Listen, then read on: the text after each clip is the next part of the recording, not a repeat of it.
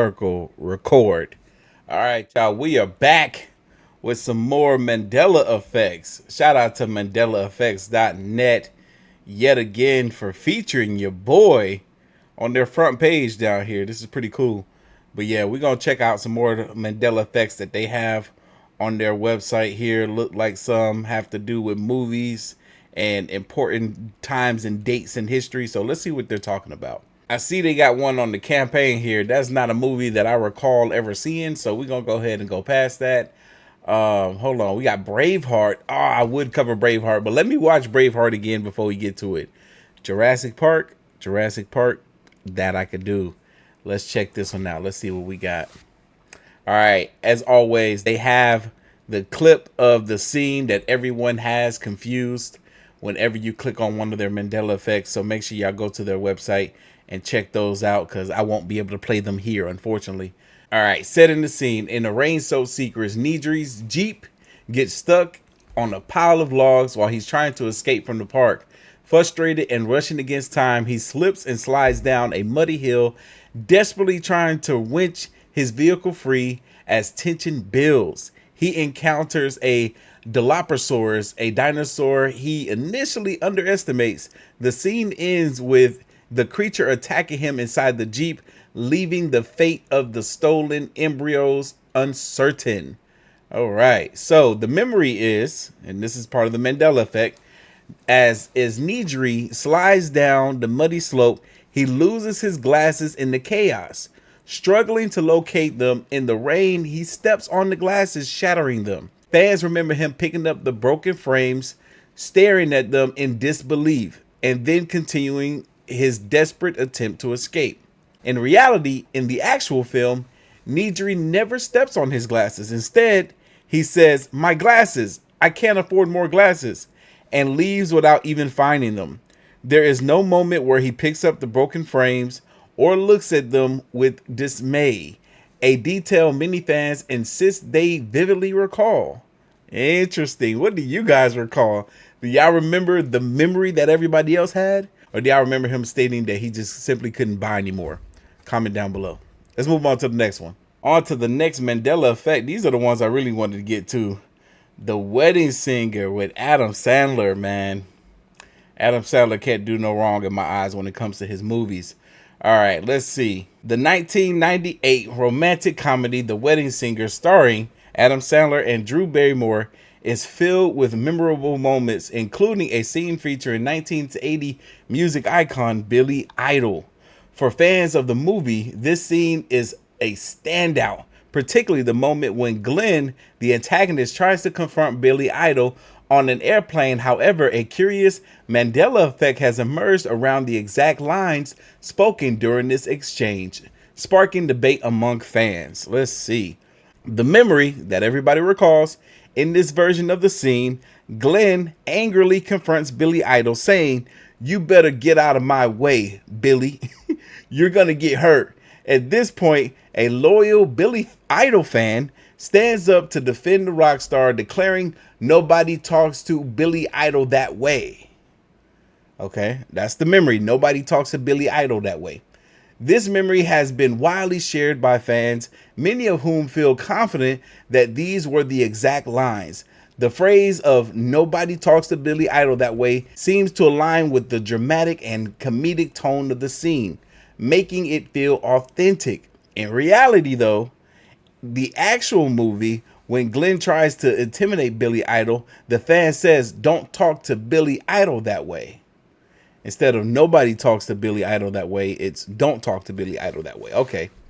This subtle difference in wording has caused confusion, with many fans firmly recalling "nobody talks to Billy Idol that way" version instead. All right, hold on. We got some tweets here. Look at this. This is January of 2015, 10 years ago. "Nobody talks to Billy Idol that way." This is what the memory recalls, right? Oh, check this out. The Wedding Singer is still one of my favorite movies. "Nobody talks to Billy Idol that way." And this is from 2009. God, get out of my way, Billy. You're going to get hurt. "Nobody talks to Billy Idol that way." 2012. all these old tweets, and so many people will remember it incorrectly. But this is a screenshot from the very moment where the famous line is said. What do you guys remember? Comment down below. Let's move on to the next one. Spanglish is a movie that I haven't seen, so I'm gonna go ahead and skip that one from now. I'm gonna go watch Spanglish. I'm gonna go watch The Campaign and Braveheart, even though I should remember Braveheart as many times as I've seen it. I'm gonna watch those before we come back to those. But Martin Luther King Mandela Effect, let's see what people are saying about this one. The life and legacy of Dr. Martin Luther King Jr. have had a profound impact on history. However, even in events as significant as those involving Dr. King aren't immune to Mandela effects. Here are two puzzling discrepancies people recall about Martin Luther King Jr.'s life and legacy. Number one, when is Martin Luther King Jr.'s day? The memory is that Martin Luther King Jr. Day was celebrated in February during Black History Month. I remember thinking that as well, but that's not the case. It's not during Black History Month because it passed just recently in January, and I was like, wait, what? Martin Luther King Jr.'s Day is in January? The reality, Martin Luther King Jr. Day has always been celebrated in January, specifically on the third Monday of the month, close to Dr. King's birthday on January the 15th. Many people distinctly remember the holiday being in February, likely associated with Black History Month. This belief is likely tied to the common recollection that after Christmas and New Year's, there weren't any widely celebrated holidays in January. Let's be honest. His legacy isn't as widely celebrated as it could be or as it should be. Why January? Dr. King's birthday, January 15th, was chosen as a way to honor his life and contribution to the civil rights. The campaign to recognize his birthday as a federal holiday began soon after his assassination in 1968. In 1983, President Ronald Reagan signed the holiday into law, and the first national observance took place on January the 20th, 1986. All right, a little bit of history there, but let's see what other Mandela effects are floating around here. Hold on, we got one with We're the Millers. Now, this is a movie that I remember. Mandela Effect, Meet the Millers versus We're the Millers. Was it Meet the Millers or was it We're the Millers? Is that the Mandela Effect? Many fans recall the film being advertised, discussed, or even listed under the title Meet the Millers. That's what I thought it was when it was first released. Some even claim to remember trailers or posters that displayed this alternate title. Since the movie follows a fake family coming together under unusual circumstances, Meet the Millers seems like a fitting name, similar to the 2000s film Meet the Parents. The reality is, despite these strong memories, there is no official record of the movie ever being titled Meet the Millers. From the time of its release in 2013, it has always been We're the Millers. No alternate titles appear in promotional material, IMDb records, or DVD releases. Meet the Millers is now We're the Millers. Look at that. All these people that think it was Meet the Millers. I just had my own Mandela effect. Since when did We're the Millers change from Meet the Millers? I swear it was Meet the Millers. Exactly. I really do remember it being called Meet the Millers, man. Shane Dawson, I know you probably won't see this, but if you do, I have a Mandela effect. You know the film Meet the Millers? I thought I did too. It's actually We're the Millers. We're the Millers. Oh, it's Meet the Millers, man. Then what film starts with Meet the something? Besides that one that they mentioned, Meet the Parents, there's another one outside of Meet the Parents, and I thought it was Meet the Millers. 2013. God, time is going by fast. That's how long it's been since that movie came out. Craziness.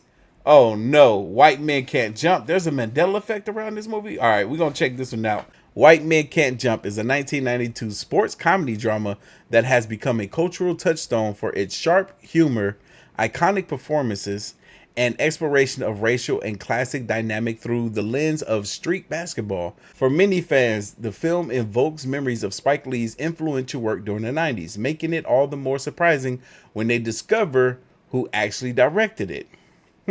Okay. The memory. People distinctly recall Spike Lee as the director of White Men Can't Jump. Reality, contrary to popular memory, the film was directed by Ron Shelton. Really? A filmmaker known for his expertise in creating sports themed stories, Shelton's directions brought a unique blend of humor and I cannot say this, authenticity to the film, making it a box office hit. What? Ah, man, I swear this was Spike Lee. That's crazy. Why this Mandela effect stands out.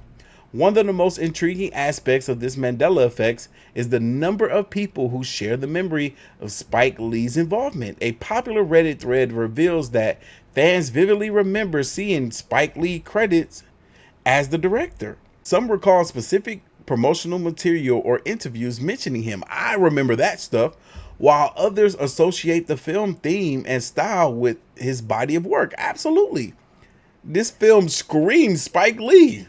I was positive that Spike Lee was the black guy what in White Man Can't Jump. Now today I reconsider my stance on the Mandela effect. How would you think that Spike Lee was the black guy? You all the way wrong, sir. I thought White Man Can't Jump was a Spike Lee movie all these years. Exactly. Top 3 Spike Lee movies. He Got Game, Do the Right Thing, and White Man Can't Jump. Precisely. That's crazy, man. I never look at this movie the same again. I need to call somebody right quick, man. Let me just call somebody because I want to see who all remembers this Mandela effect being the way that it is. Let me call my buddy Shaq right quick. He's my go-to guy in everything cultural.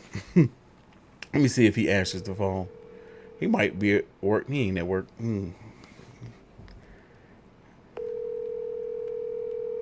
Let's see if he answers the phone, though. Tizzle. My boy. What up, G? I'm filming a Mandela effect video right now, and I got a question for you. You remember the movie White Man Can't Jump, right? Yeah, for sure. Do you remember who directed it? Who do you, based on the style of the movie, who do you think directed that movie? I mean, it almost feels like a Spike Lee joint. Exactly. That's what everybody remembers. Everybody remembered this being a Spike Lee movie. But that's the Mandela effect. It's not a Spike Lee movie. Like Ron Shelton did this movie. Okay. Yeah, Okay. yeah. So I just want to make sure. I was like, I feel like more people believe that this is a Spike Lee movie. So you answered exactly what I was looking for. Called me. Yes. You called me. Yes, exactly. Just like I thought. First person I call, and they too think that it was Spike Lee that did this movie. Ooh, the Pirates of the Caribbean. Yeah, we definitely got to do this one. Then we'll call it a night. The Pirates of the Caribbean franchise has enhanced fans worldwide with its swashbuckling adventures and iconic characters. However, some curious inconsistencies have led to what many call Mandela effects, memories that differ from the recorded reality. Let's explore 3 intriguing examples tied to this beloved film series. All right, Jack Sparrow. Memory. Fans vividly recall Jack Sparrow delivering the wisdom-filled quote. The problem is not the problem is your attitude about the problem. Do you understand? That does sound familiar. I feel like I've heard that quote so many times. In reality, Jack Sparrow never said this line. Despite this, it is one of the most wildly attributed quotes to the character. Much like Morpheus never said, "What if I told you everything you know is a lie?" Oh, heck no, it can't be. What did he say then if he didn't say this? What makes this Mandela effect even stranger is its evidence of its cultural pervasiveness. Merchandise featuring a quote alongside Jack Sparrow's name is sold worldwide. Disney publishing an article in 2016 listing this as one of the 15 most important Pirates of the Caribbean quotes according to Disney fans. Really? Number 2, Liar's Dice game scene. Uh-oh, what happened here? The memory is in the tense Liar's Dice scene, the Pirates of the Caribbean Dead Man's Chest. Davy Jones is remembered delivering this line: "Bootstrap Bill, you're a liar and a cheat, and you will spend an eternity on this ship." That sounds right. The reality, the actual line is, Bootstrap Bill, you're a liar, and you will spend an eternity on this ship. So he never says, and a cheat. The words and the cheat have vanished, leaving fans perplexed. Look at all these tweets. Bootstrap Bill, you're a liar and a cheat. You're a liar and a cheat. All these people believe that it was you're a liar and a cheat. I'm about to watch the scene. I'll be right back. So any crew member can be challenged. I just watched it, y'all, and he didn't say you're a cheat, even though it felt so fitting. It should have been in the film. All right, let's see. On to the last of the Pirates of the Caribbean, Mandela Effect. The title of the fourth film, Pirates of the Caribbean, On Strange Tides. Okay, that kind of, I don't know. Let's see. The memory. Many fans remember the fourth film in the franchise being titled Pirates of the Caribbean, The Fountain of Youth. That sounds about right. That does sound about right. In reality, the actual title is Pirates of the Caribbean, On Strange Tides. That kind of sounds familiar too. It's almost like both of those movies exist, but they're two different movies. Evidence of this, check out the IMDb page for the fourth film in French. It's titled Pirates of the Caribbean's De Fonte des Juvenes,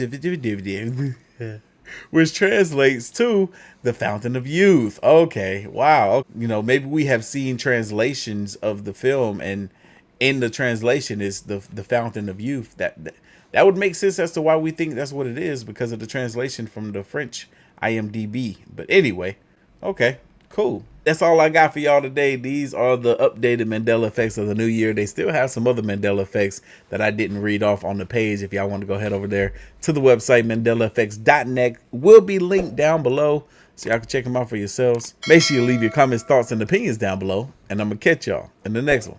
See ya. YouTube thinks you might like one of these two videos. I dare you click on them to find out if they're right.